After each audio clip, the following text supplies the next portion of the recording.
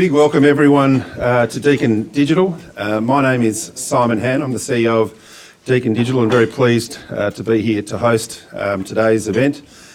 Excited for two reasons. One, we've got a fantastic white paper to share with you. The other is that when I clock off tonight, I'm going on holiday for 2 weeks to Thailand. But equally as excited about Marcus's white paper and Sophie's white paper. But Deakin University created DeakinDigital to offer professional practice credentials which measure capability. Credentials are a formal guarantee that skills and knowledge acquired through learning and work experience have been successfully completed to global skill frameworks and the Australian Qualification Framework. The credentials recognise core employability skills and professional expertise, and much like traditional university qualifications, we believe credentials will come to represent a new currency for workplace capabilities that employers and workers both recognise, understand and value, and to the extent that Deakin University will and does use these credentials in their professional practice qualifications. So professional practice credentials are offer a new unique approach to measuring and recognising the capability of people in the workforce. They provide organisations with visibility across the capability of that workforce, and that's always been the holy grail of organisational development, to be able to make more insightful data-driven decisions around recruitment, professional development and workforce planning. So for us, it's very much a game changer. But it's not a matter of just looking at credentials in isolation from the much bigger context, which is raising and driving our need to use this new currency of credentials. And to quote directly from the white paper, "Digital disruption and globalisation has changed the landscape of work and learning forever." And this is manifesting itself in businesses becoming uncompetitive or even in fact ceasing to exist at all. It's manifesting itself in terms of understanding what jobs will exist in the future. Will my job be automated? Will I still have a job? And how do I make sure I'm developing the right skills required for jobs of the future? It's really heady and unsettling stuff. To quote again from the white paper, to help existing businesses compete in the future and assist individual students and existing employees to gain work and sustainable career pathways, we need a viable, globally recognised credential system. So that's the context. This is about competing in the digital age. It's about having the skills and capabilities in the digital age. And that's the context we brought professional practice credentials to market. Micro-credentialing, though, professional capabilities is an emerging field, and it's a privilege to be involved in a space like that where it is emerging and being involved in helping shape that. Can also be a little bit daunting because it's hard to know if you're on the right track when there's no track before you. So today's white paper really captures and shares DeakinDigital's approach. It's a model and direction which we are confident will stimulate thought and awareness of a way forward for organisations wrestling with this challenge of building high-performance workforces in the digital age. Before introducing today's speaker, Dr. Marcus Bowles, I'd like to acknowledge his co-author of the white paper, Sophie Lanyon, front and centre. Stand up, Sophie, please. A little clap for Sophie. Sophie works in product development and market engagement at DeakinDigital and has been a key contributor to our thinking, which is reflected in the white paper. Dr. Marcus Bowles will be known to many of you. He's the Director and Chair of the Institute for Working Futures and a very important strategic consultant to DeakinDigital. He's very much led and assisted DeakinDigital in establishing our micro-credential framework, which is aligned to the global professional capability standards. His main focus generally is on building people and strategic capability required to achieve desired futures, and he's contributed to the shape of national vocational and industry training systems and technologies both in Australia and overseas. In addition to consulting with a broad range of corporates, Marcus is also an adjunct professor at the Centre for Regional and Rural Futures at Deakin University. Very pleased to welcome Marcus to launch the white paper, Demystifying Credentials and Growing Capabilities of the Future. Welcome, Marcus. Thank you very much, Simon. So can everyone hear me all right? Excellent. It's really rare that you get an opportunity to actually talk about something that is a world first, unique, and everyone thinks they already know about it until you actually go through it. And that's what today's about. So I'm going to take you on a little journey, have a little conversation with you about what we're going to cover. I'd also, because I was going to embarrass Sophie as well, like to acknowledge the contribution that was made by Professor Michael Porter, who reviewed the paper as well and went through a number of the economic arguments and shared it with some Nobel laureates that we subsequently footnoted to make sure that everyone understood that we'd actually talked to them. The paper that we've got in front of you, academics will look at and go, yeah, it's not very academically. And then they'll look at it from an industry perspective and go, industry will never read this because it's got too much academic stuff in it. And it's the nature of this topic at the moment that everyone thinks they know what this is about, but everyone's using different language. And this is a world first because it's the first time we can show you exactly what we are doing now in the sense of the solutions that are in place. It's not a puff piece, it's not an intention to do something, it's not a research report about something that is going to happen. This is real. So I want to talk through three things. I want to talk about the burning platform. Every day we're told what's wrong and the problems with the digital economy, Industry 4.0, and all of the different reports. And I'll flick through those things to give a bit of scene setting. I'll then talk about credentials and what they are. Then I'll move to the most important bits. What can we do with them?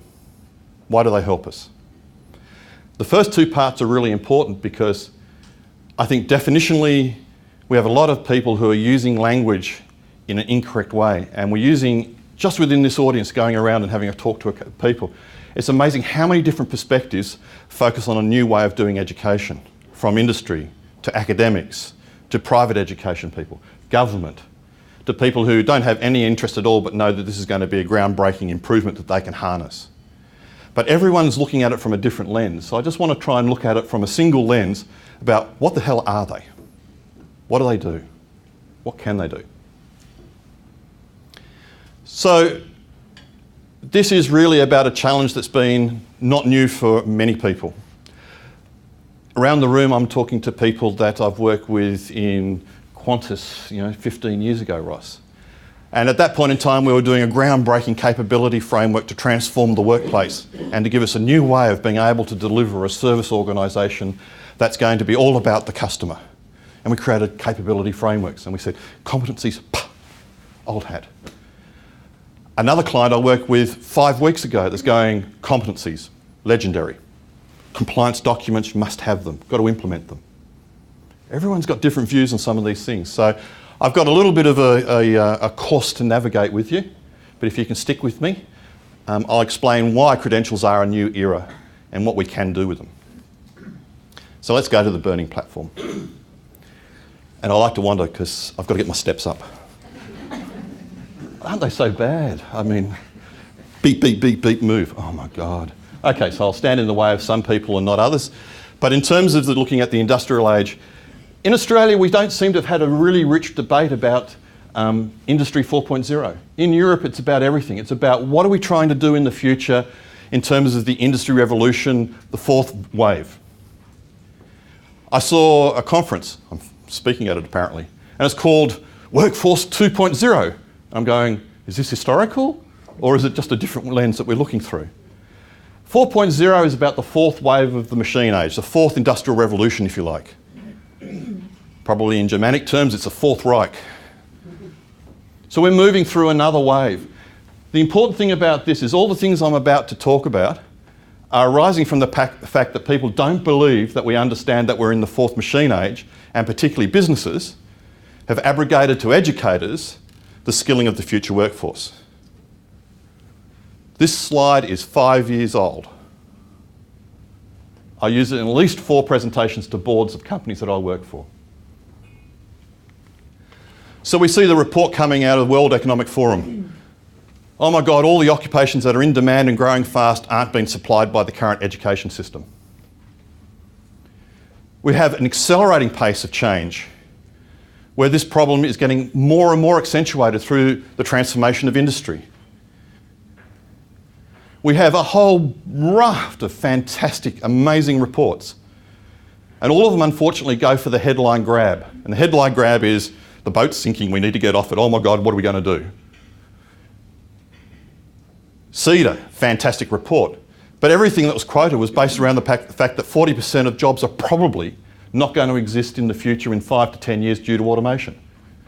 Reality check, 2 years. But we know this. We have the statement from the OECD on skills matter, talking about governments need to getting absolute clarity about what the roles are that you're trying to fill in the future. And how are you going to get young people in particular a ramp onto this industry when an education process is going to take 5 to 10 years and the occupations and skills are changing every 2 years? For, I know there's some in here, the leadership and talent people. There isn't a non-supply of talent. There's a non-supply of the right talent we need here for our organisation. The mismatch isn't the fact that we don't have leaders. The mismatch is that we have leaders who've been skilled through processes that are no longer relevant to us. And we want a cultural fit. We want a pipeline that looks at human capital rather than just learning. And this is reinforced by Capgemini's really fantastic report and backed up by a number of data modules and all the rest of it that they do so well. And it's saying, pace of digital disruption, leaders of the future, develop them in-house. It's changing too quickly for you to buy them in.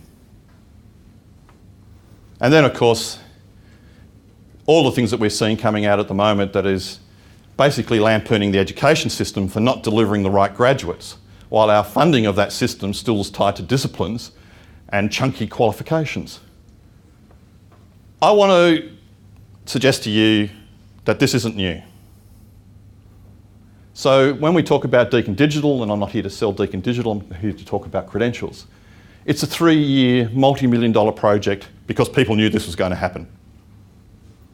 I've sat in businesses on boards 5 years ago where they knew this was going to happen and they've invested in it. Doesn't mean they've got a solution. The suggestion we didn't know this was going to occur is rubbish. So let me switch to solutions and give a different perspective on what we're trying to do. Let's talk about credentials and what they are. I haven't got lovely definitions, but they're there because the biggest issue at the moment that I'm seeing is that when people are talking about credentials, they mean different things. Everyone has experienced a credential in many cases. A credential, quite simply, is a qualification. It's a macro credential. What we're talking about are micro credentials, which are part of a degree. We can disaggregate a degree and recognise it. We are not just looking at learning. That definition in there, the most important thing and the thing that most people want to avoid when they say, and we have a conversation, we're saying, okay, that's fantastic. See the learning, very rich. We're not about learning. We don't deliver content at Deakin Digital. Credential agencies don't care how you get there.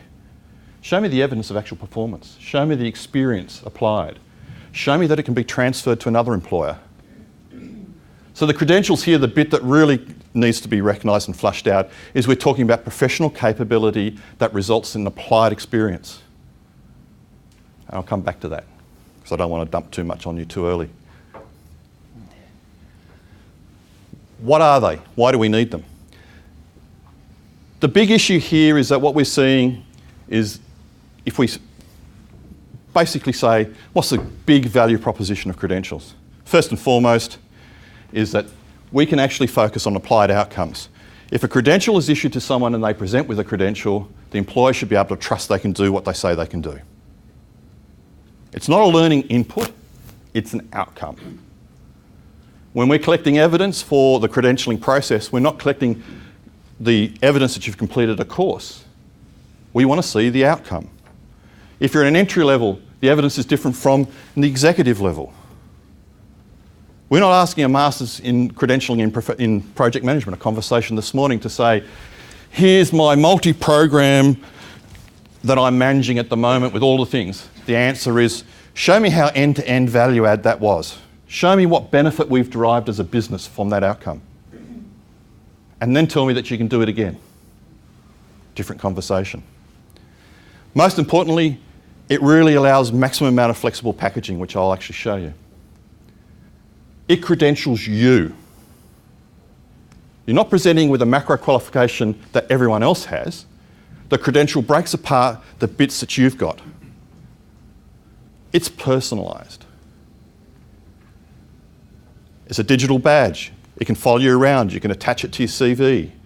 For all the people here who are the millennials, I can see my son sitting over there nodding at me, goes, oh my God. The Digital is far more important than the piece of paper. Who assessed it? What was assessed?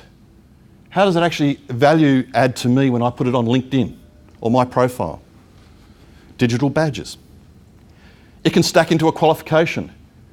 This will seem trite, but when I come back and actually go through what are the benefits, this is why it's a world first, what we're doing here. Credentials have been issued by organisations with no relationship to qualifications, but it's called a credential.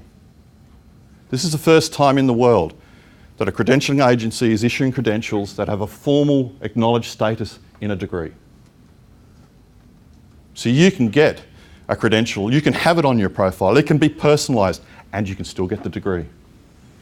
We're talking about far more affordable solutions. We're talking about being able to stack, micro-learning, MOOCs, SPOCs, all of the variations of acronyms we want to go through, and it's in the slide pack if you really want to know all of those things.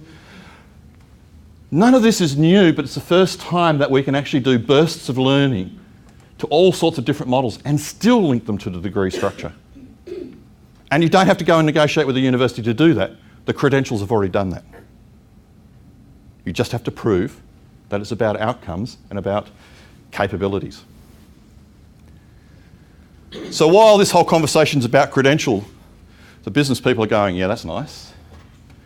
It's actually about growing capability. It's about growing individual capability that can contribute to an organisation, a nation or a region. So the sizzle here for an individual isn't that I've got a credential. The credential in actual fact is a tradable way of representing what I can do, my capability. I know there's a lot to take in, but I'll stop and pause in a second. For those people in here going, this is just competencies, this is recognition of prior learning. Okay, having set up the national system in a number of countries, the biggest problem with competencies is it's tied to an occupation and a task. Hang on, we just said that occupations have a 2-year life in terms of the skills profiles, and at the moment there's around about 8,900 units of competencies in the core training packages nationally that every 2 years have to be updated, that we have all of the 24,000 people delivering in different variations of regulated training organisations that then have to modify their system. Hang on, the maintenance on this system is huge. The maintenance is more costly than the delivery. Why have I just ripped out all of those things from a Woolworths or from a couple of other organisations? Because they're too bloody expensive and they're not focused on business needs. That's why it's not about competency. It's about capability. It's about looking at experiences. It's about actually profiling you and who you are, and then actually allowing you to reflect on how that affects your performance in different contexts. It's as much about helping you reflect on your learning and your experiences as it is about recognising them. Is this making sense? I'm getting some nods, yeah. Okay. So we're not in the competency discussion, although I'm sure I'll have it again and again. There is a direct and tangible relationship between credentials and organisational performance and national economic growth. If I had the treasurer in the room right now, which I don't, but I'm sure he's on your speed dial, Michael, I would be saying at the moment, we could selectively identify a number of capabilities, particularly for young people, that they should have that are essential in the future of work, that will endure for at least 10 to 20 years and allow them to transfer all of the other skills and knowledge that they'll develop. But day one, they're more employable than all the other people that have all the other skills and knowledge but can't transfer them, can't adapt to new problems, can't adapt to a new occupational structure, can't adapt to the change the organisation's going through. So we're focusing on the capabilities that are the currency and form a standard that's international. The early work and the cost of the project at Deakin University was engaging with people like IBM Watson, IBM, doing international data and analytics, looking at the future of machine learning, looking at all the things that actually allow us to start to predict how these are going to be transferred, and then setting a standard that's truly global.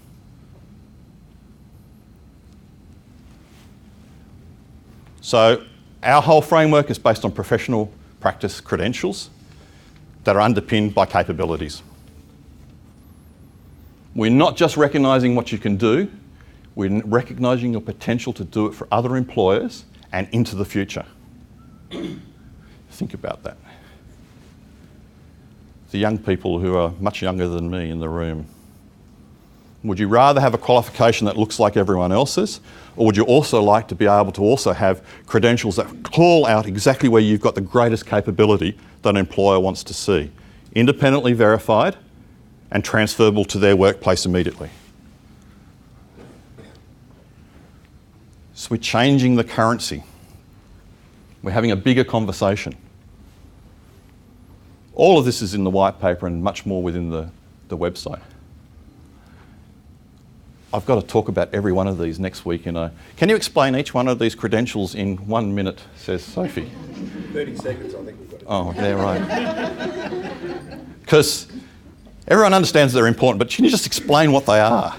So I have to do this next week, so I'm not going to do it today, please. The big thing that these, when you look at them, problem solving, communication, critical thinking, ethics. We all know these things are important. Years ago, they were called soft skills. And every HR manager goes, they're not bloody soft, they're really, really, really hard. They're the things that we now have, all of these other reports that I showed you that amazingly tell us, if you don't have these things, you can't survive in the future workplace. We've done probably 400 credentials with individuals coming through the process now in the last 3 or 4 months. I'll operationally be told there's probably less or more, or it's a slighter distance, but let's say 400. Half of those people didn't know they had these. We're calling out to them and getting to reflect on practice for capabilities they've got but have never disclosed. The capabilities we need in the workforce of the future. What's going on here? Why is this a disconnect happening? We have the core ones, and in a Deakin University environment, totally aligned to all of their graduate employability outcomes. Makes life simple, but they also reflect all of the research. We also then have what I would, in a world, in my technical background, call common capabilities. Common to multiple professional areas, not just one, but not all. So like leadership, innovation, change, risk management. We have just set up a whole credential system for an industry internationally that's never had any qualifications. Association for Data-Driven Marketing and Advertising, digital marketing, social media. We all use it. They have a huge growing workforce. No qualifications anywhere in the world. Why? First reason, universities are going, show us volume. It's everywhere. No, a course that looks like this and has basically 24 units over a 3-year period, and we can set 100 hurdles for them to go over, and then we know normatively whether they can do the job. What?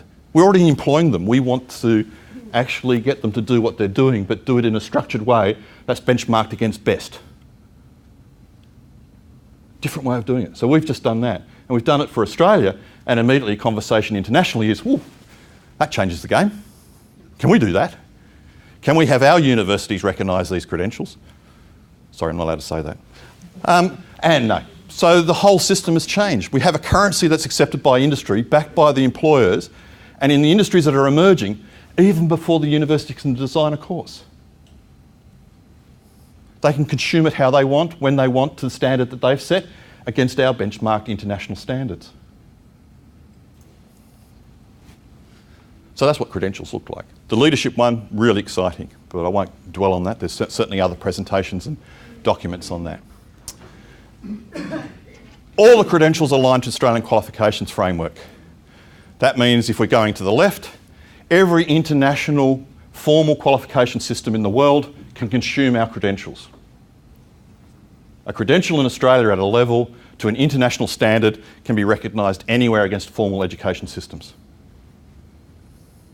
And any university can use those credentials, or vocational provider here or there. At the other side, for all of those people in the room who know DHR and all the structural side of things, don't care if you're using stratified systems theory, don't care if you're using McBeard, don't care what structures you're using to structure, but you can align to what we're doing. And down the other side, we already have 12 professions that have aligned all of their professional status and membership levels to credentials. Because they do levels and they do progressions and they describe the levels. And because we have a scientifically rigorous way of reliably doing that, they can compare to us and then compare to each other. Funny conversations start happening. We have Surveyors Institute talking to the Builders Institute and going, oh, you do leadership at the same level we do. Ooh, we should have a conversation. Really strange things. We're agnostic, but we are a benchmark at the end of the day that's about the capability and having a credential that recognises it, and it's portable in the world of work and in the world of learning. Digital badge, I've mentioned that. Click on the badge, go forth, be happy. You can actually see, if you click on the badge, this is from an actual profile on LinkedIn, what they did, how they got there. If you want to later on, we can disclose, if a company wanted, the organisation where they got it. In future, we can even add to that, if you so desire, who assessed it. Because this is all assessed by people independent of the process. And they must be industry, and they must be academic if it's backed into an academic qualification. Hang on, are we suggesting we're issuing a credential that could be part of a degree, and actually what they did and who assessed it is probably more relevant to the industry than the institution that they came from? You can have both. It's an evidence-based system. So what we're doing and absolutely trying to do in terms of the way that we're moving forward is that we're tying everything to evidence-based, rich evidence. Each individual must be able to show they've achieved the standard in performance terms. Skills, knowledge and experience. We then do an interview, and I won't go into detail because it's in the white paper. The interview has been amazing. The person has to be able to reflect on what they did and why they did it. They have to be able to answer questions from somebody who actually understands the field from a deeper level than, here's my project plan and it's fantastic. Oh, okay. How did you do that? How effective was it? Everything fails. What failed and what are you going to do to fix it next time? Reflective practice. People who never knew they had it suddenly know they have it and go, oh, I need my whole workforce to know that they can do these things. Evidence-based. Okay, so let's get to the sausage. We've done a bit of the sizzle. We're all suitably glazy-eyed and want to know, okay, what's this actually going to give me? What's it about? What do I need? I won't go through all of these. I'm about to explain them. But from an individual point of view, personalised, independently verified, tradable currency. A global currency on who you are and your human capital value in the labour market. Don't care how you got there. If you've been doing it for 20 years and haven't got a qualification, but you can show us the applied outcomes to the standard, come to us and we'll credential you.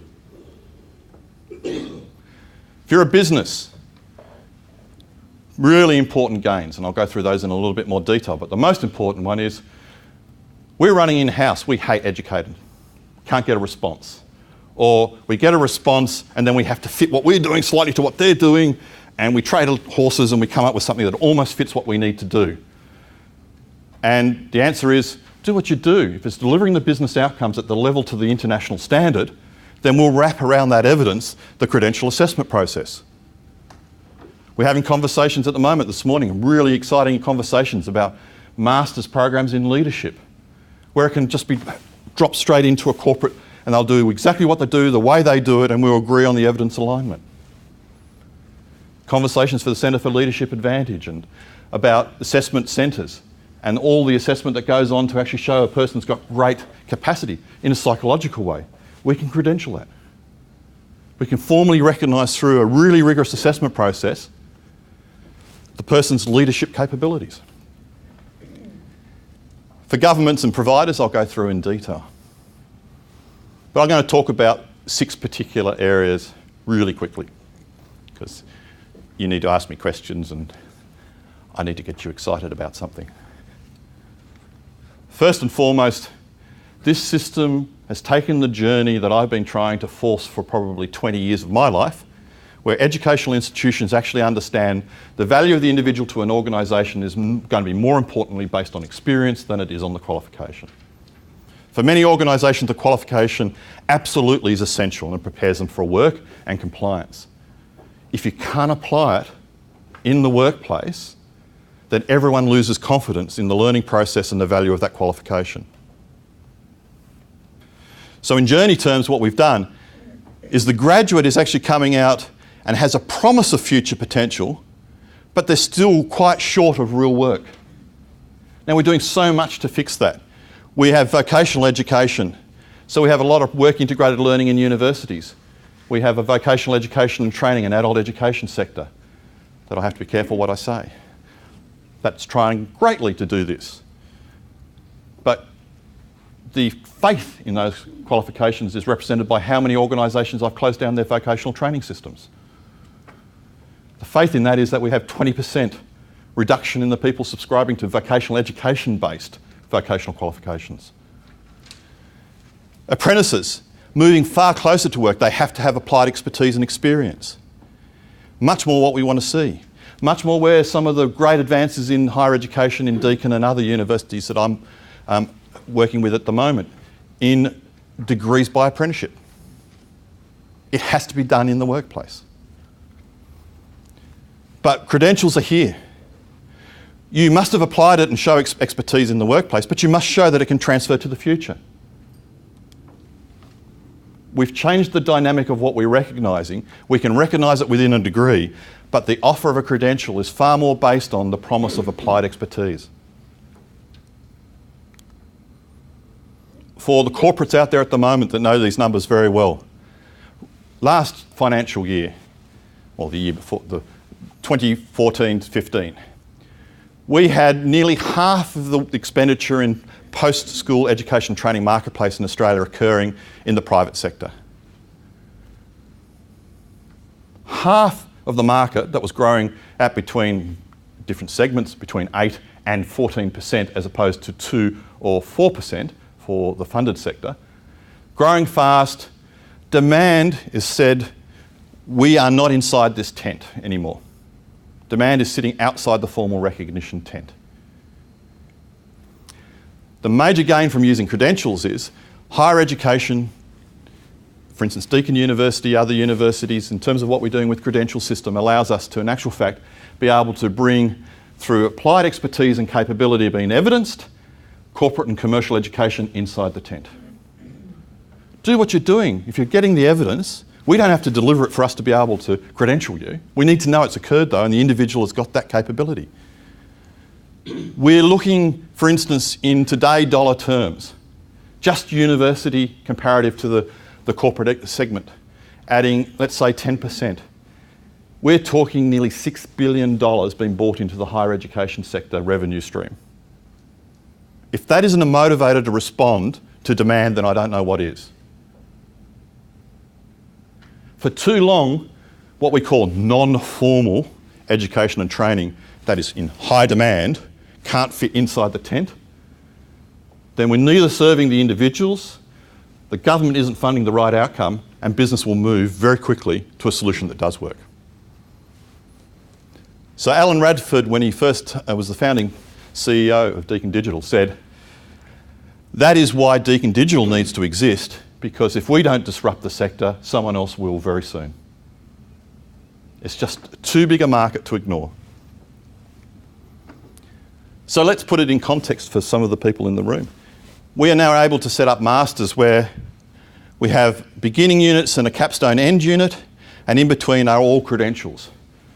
Whatever delivers the evidence at this level to the standard we're looking for. I see some people who've got lean programs. We could be running a black belt graduate diploma program or a master's program. You run exactly what you're doing, show all of the lean outcomes, but as long as you can show problem solving, critical thinking and some of these, but most importantly, professional expertise in the area of lean, we can set up a master's program. We're not reinventing what's been delivered, we're looking for the quality delivery benchmarked against international standards that delivers the outcome. These models exist. We're doing associate degrees. Be the most profound change. I'm not allowed to talk about them. If we do associate degrees, why would you do a diploma in vet? Because it's funded, but it doesn't result in a job. And employers don't want those unless it's applied outcomes. Oh, let's do an associate degree under a university sector. Does that change the equation for corporates who are looking at exiting vet and all of these other frameworks? Can we design really good in-house programs that deliver what we need and link it to a degree? Damn right we can. Here's an example, set up for a telco.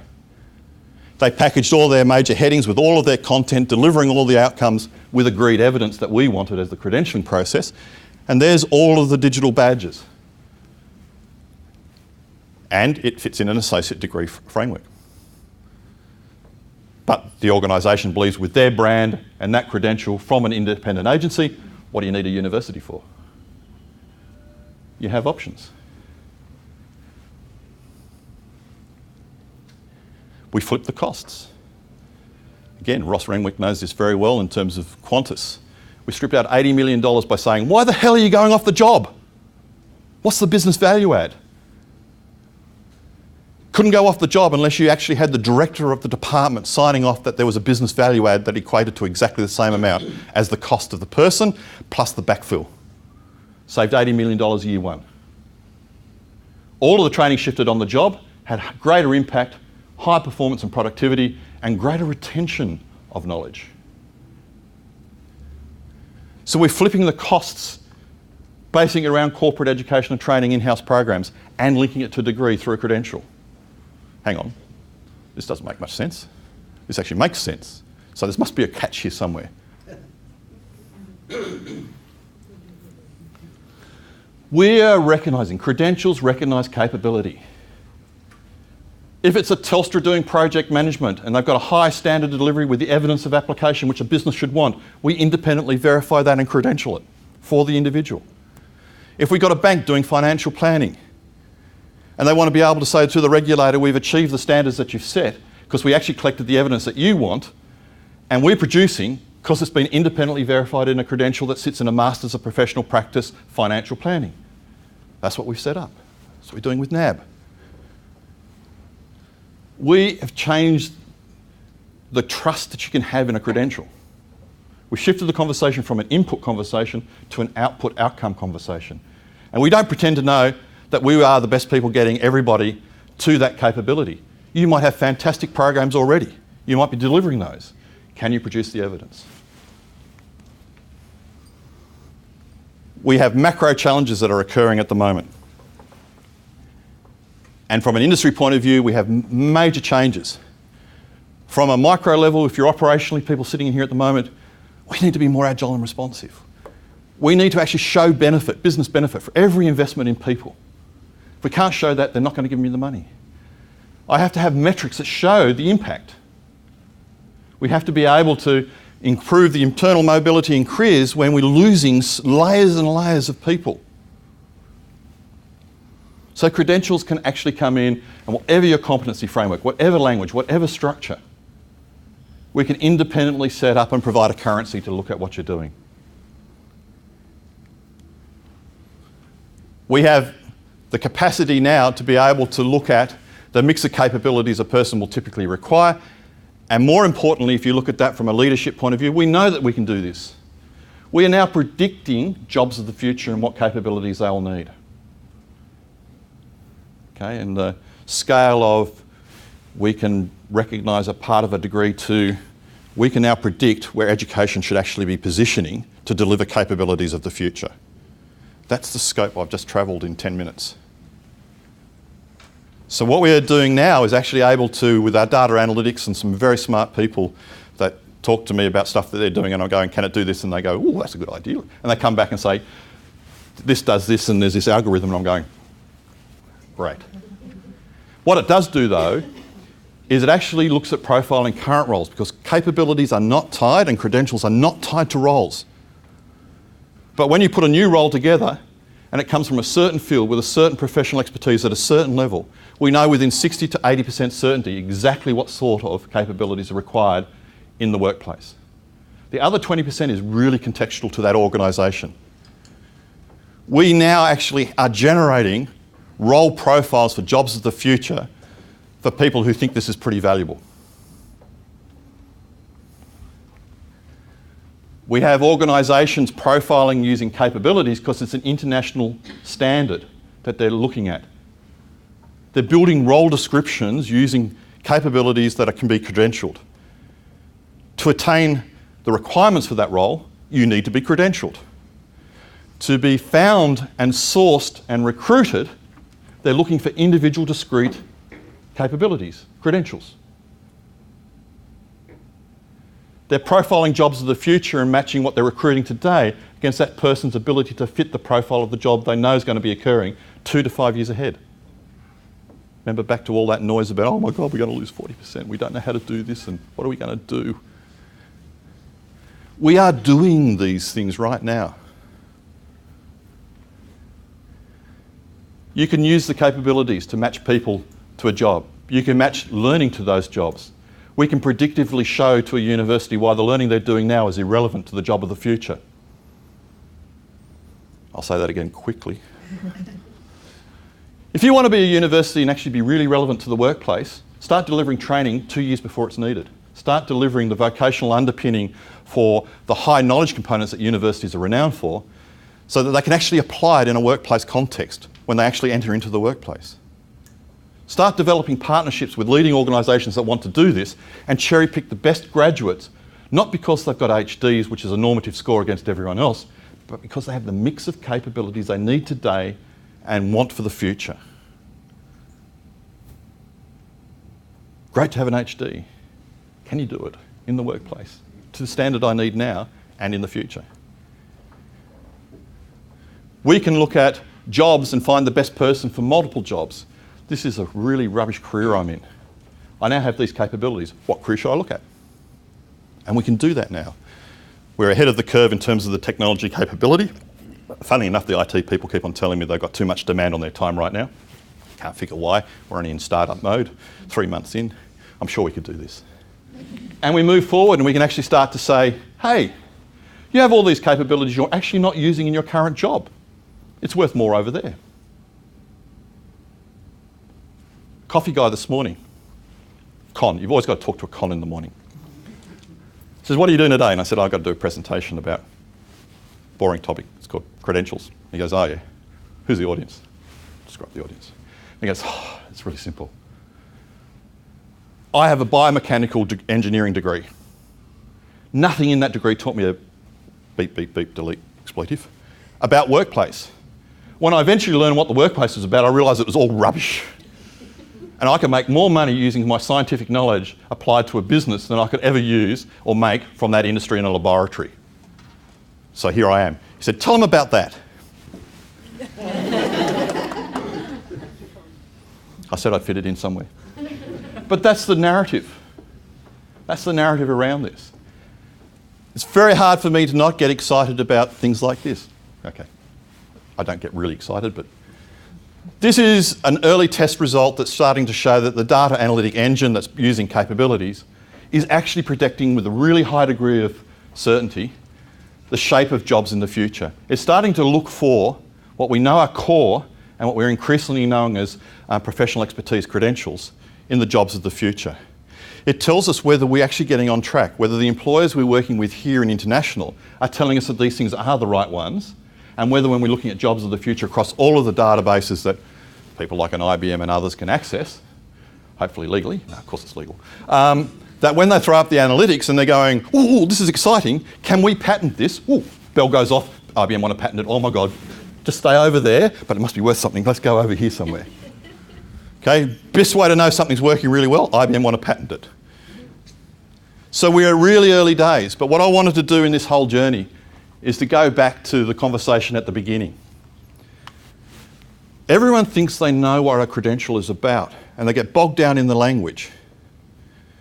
I wanted to move beyond all the noise and hype of the problems and actually say, we are using credentials and recognising capability right now to do these things. We've moved past, can this occur, to say, oh my God, we could do this with them. So in this journey, we're working with some really exciting organisations. Working with organisations that really are looking into the future, really looking at job profiling and capabilities they need. We're working with educational providers who want to anticipate where demand's going to be and deliver educational product into that market space. We're working with employment agencies globally who are going, you're saying we could have a single currency that allows us to better match all of these different profiles to these jobs wherever they're occurring. You have a conversation with LinkedIn and go, you're saying the skills endorsement isn't enough when people come in and endorse skills. Like, endorse skills, endorse skills, endorse skills, endorse skills. Oh, 60 people have endorsed me for lecturing. Sorry, you got lectured at. But at the end of the day, what's the currency? What value is it? Why is it trustworthy? It's not independent, it's your mates. What if it was a credential on there that said you could problem solve at advanced level undertaking highly complex problems and show application of the solutions that have a high impact in a strategic context. Prove it. That's what we're going for. That's what we're changing. Okay, you've been talked at long enough. Lots of questions, I hope. Thank you very much.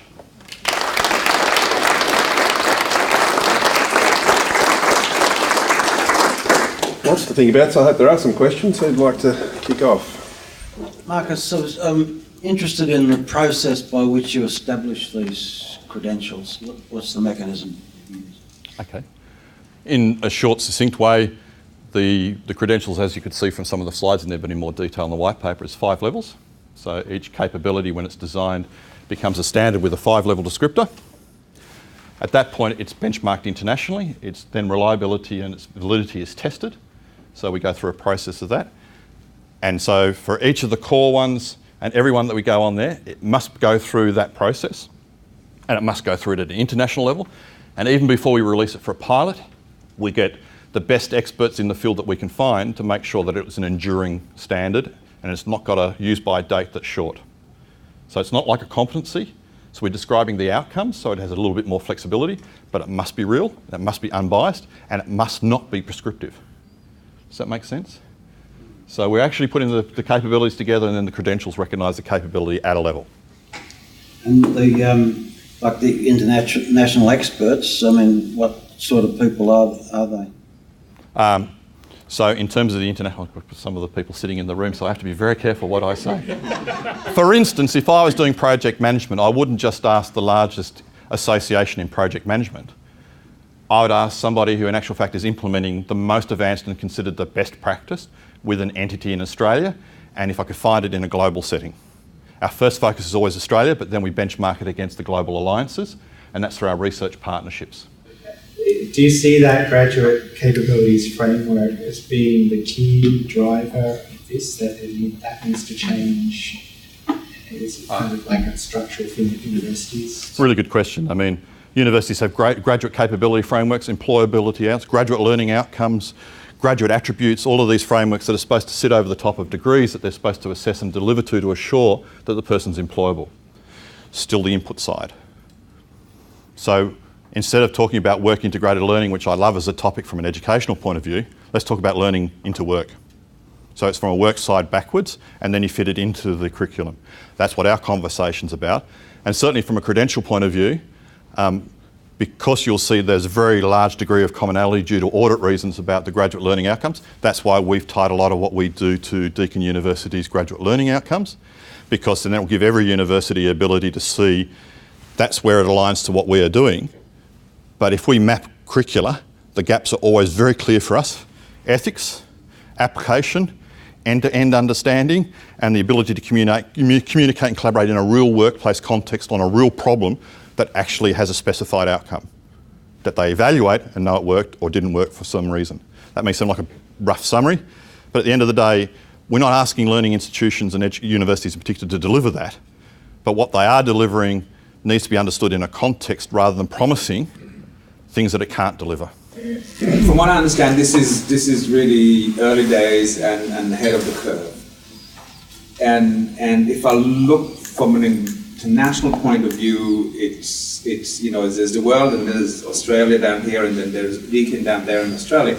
How do you see the future of that? Is Deakin setting a benchmark? Do you expect that that's going to be the benchmark internationally, or will someone else take over and Stanford and Harvard will come with, great idea, we're going to do that, we're going to push Deakin out and then all these credentials are out. We know how, what's the future of that? Okay. And further, in terms of credentials, what's the number of credentials that possibly mushrooming into an uncountable number of credentials, and how do you see that? Okay, so there's two aspects to that. The first one is that they're really good questions. The first one is that there, all over the world at the moment, are institutions working on trying to tie credentials to a reliable, authenticated institution who delivers qualifications that can be globally recognised. Haven't done it yet.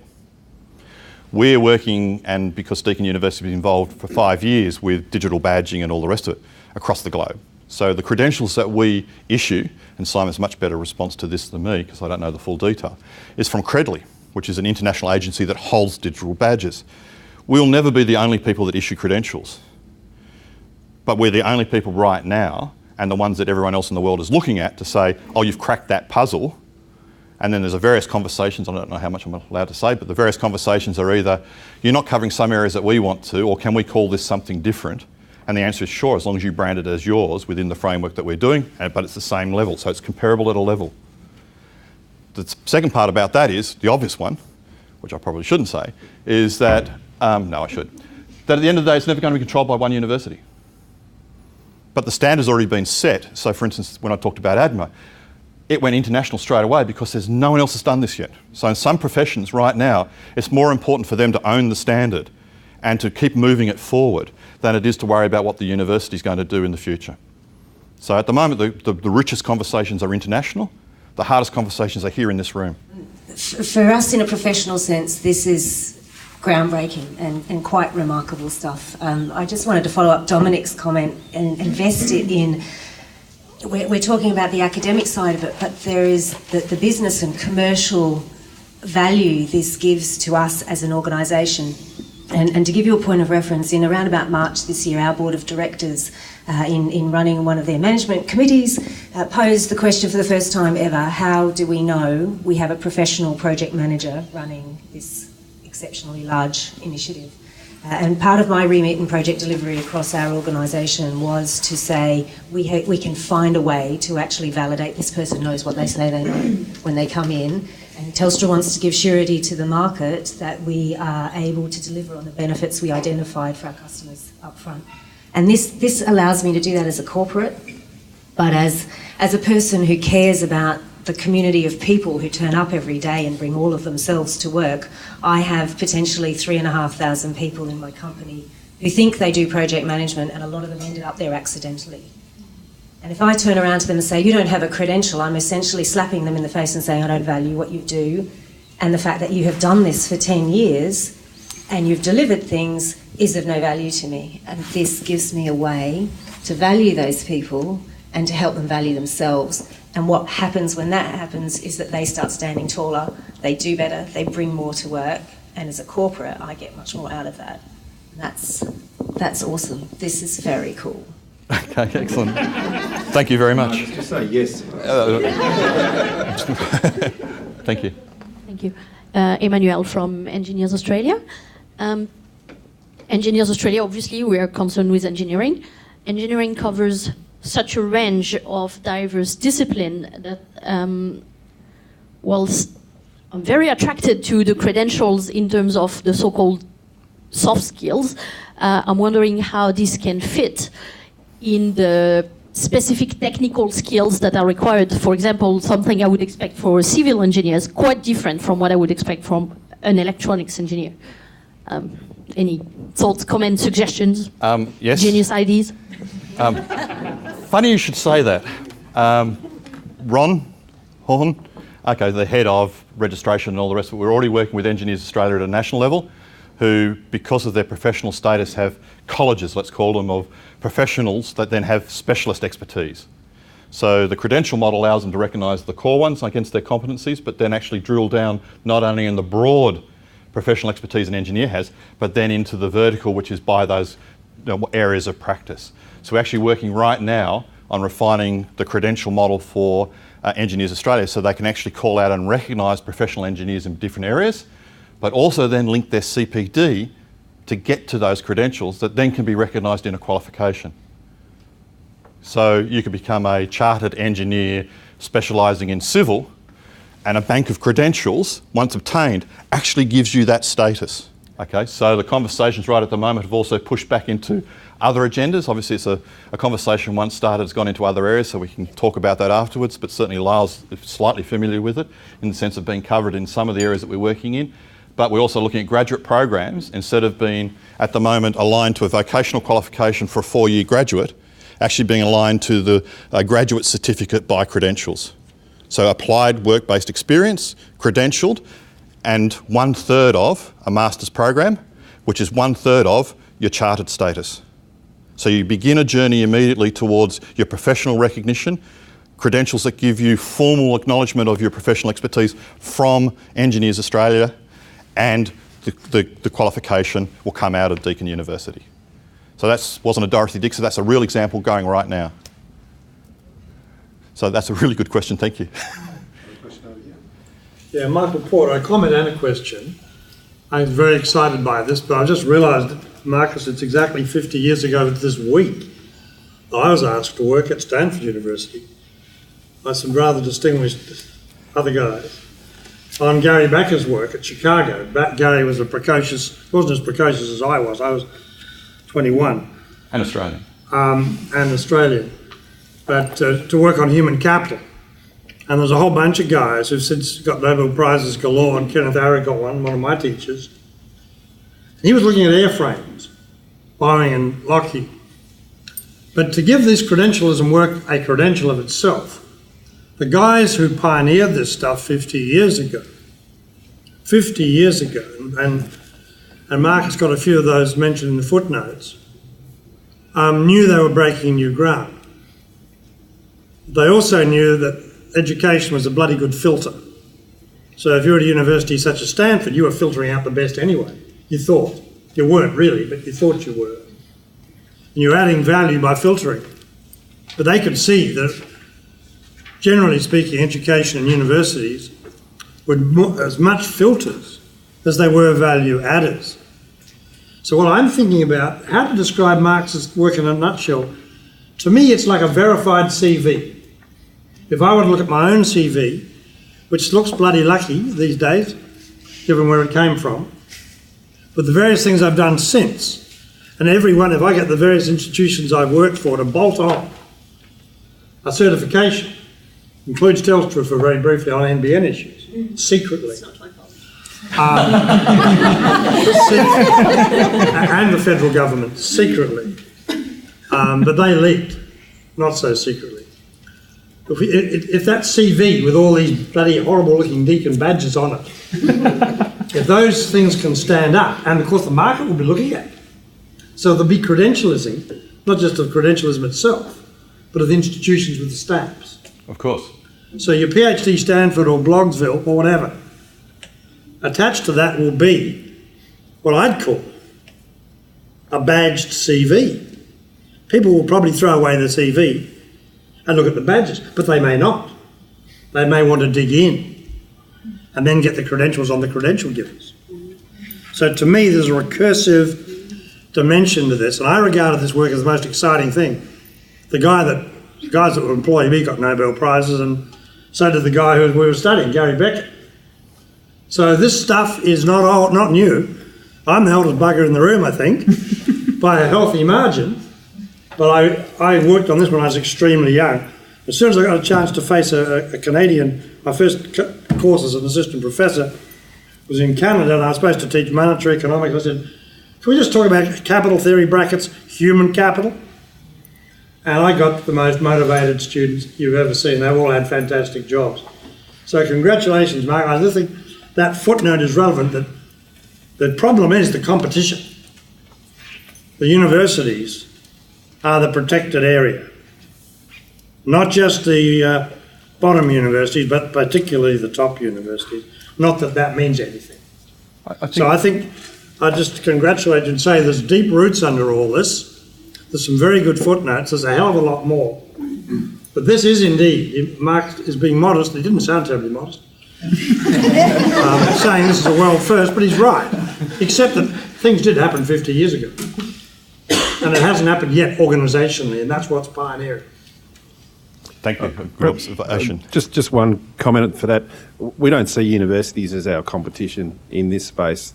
The value we see that we're offering the market here is for the workforces of the future to become high performing, or stay or become high performing. And to me, that opens up a market, if you like, of what we consider non-consumers of the current higher education system.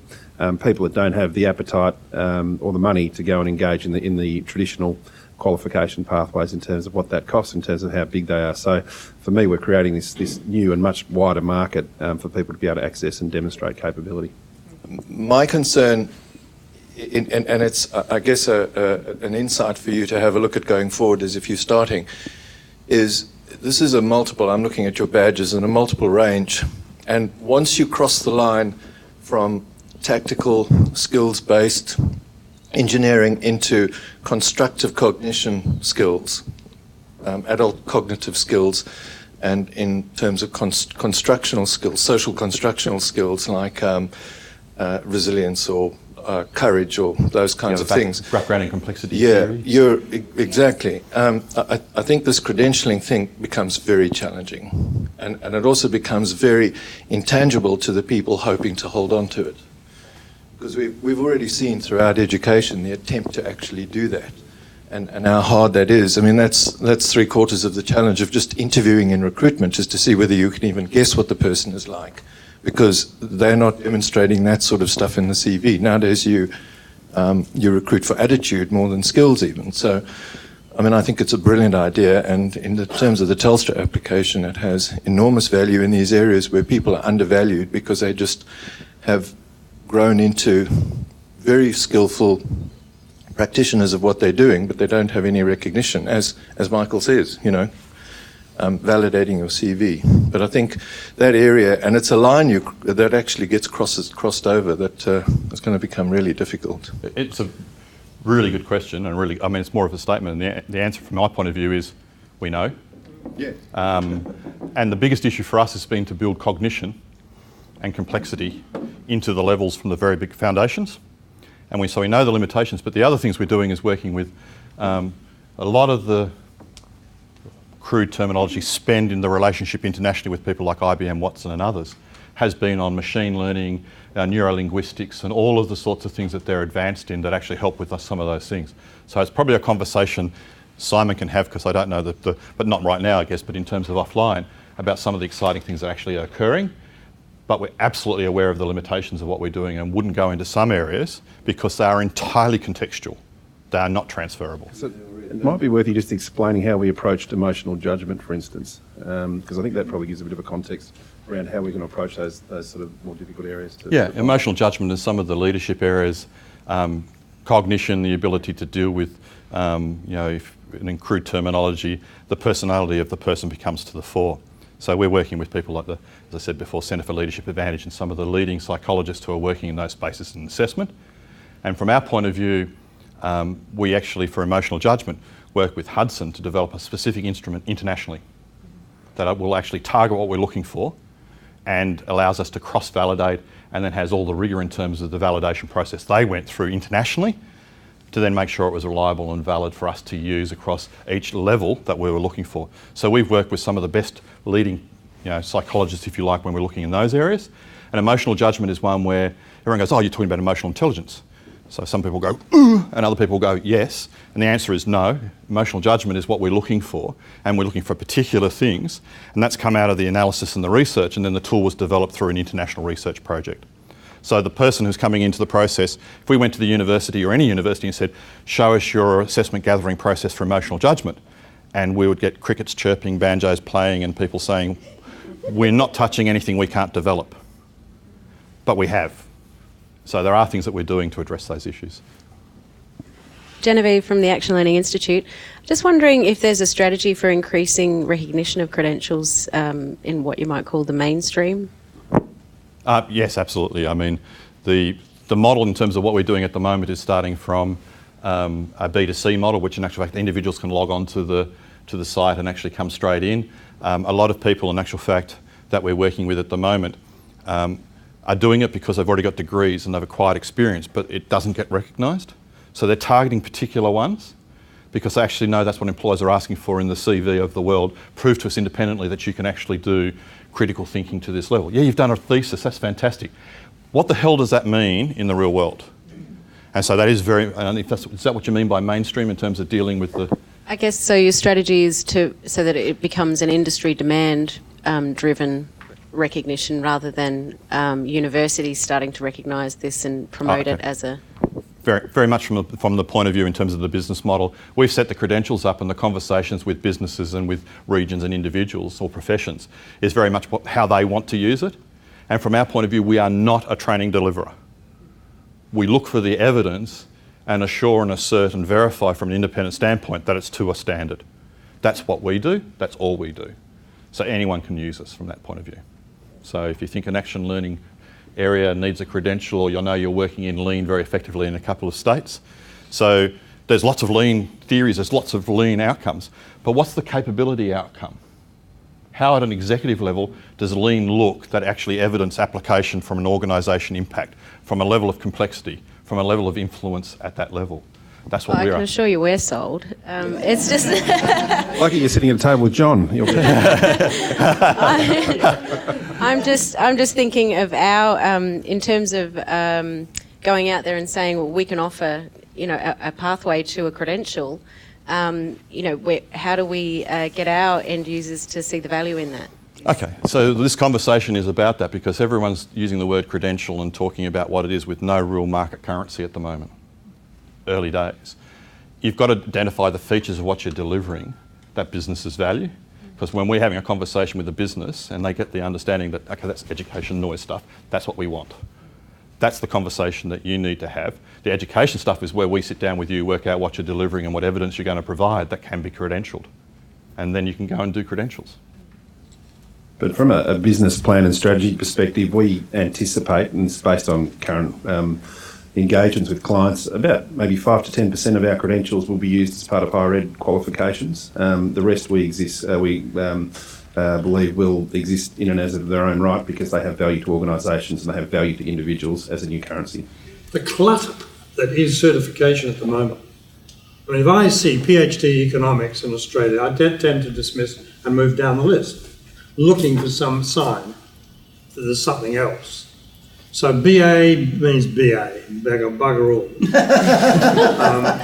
MBA means more bugger all.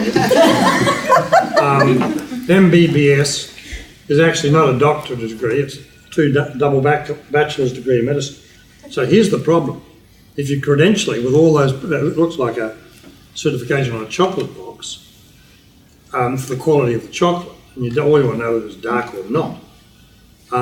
Question is, how are we going to filter the various certifications that, some people give you business cards, particularly Germans. Frau, Doctor, Herr Professor, Madam, what's her name? And then all the degrees, all the letters. And you throw it away.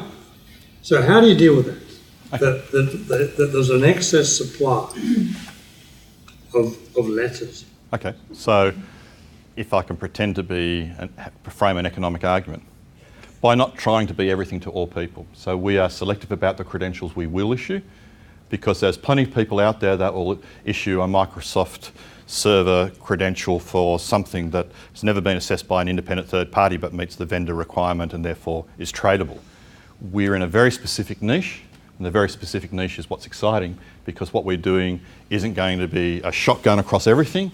It's about the skills for the future, and very select areas where professional expertise or corporations want those skills and knowledge and experience for the workforce of the future. So we're not trying to be all things to all people. We won't have huge banks that are going to be impossible to maintain. We maintain them while they have currency in the marketplace. So in your human capital terms, if I get a credential and can't trade that on the global exchange of the workplace, then it has no value for us to give it to you. Does that make sense as almost an economic argument? All right, thank you very much. Thank you. A big round of applause for Marcus, please.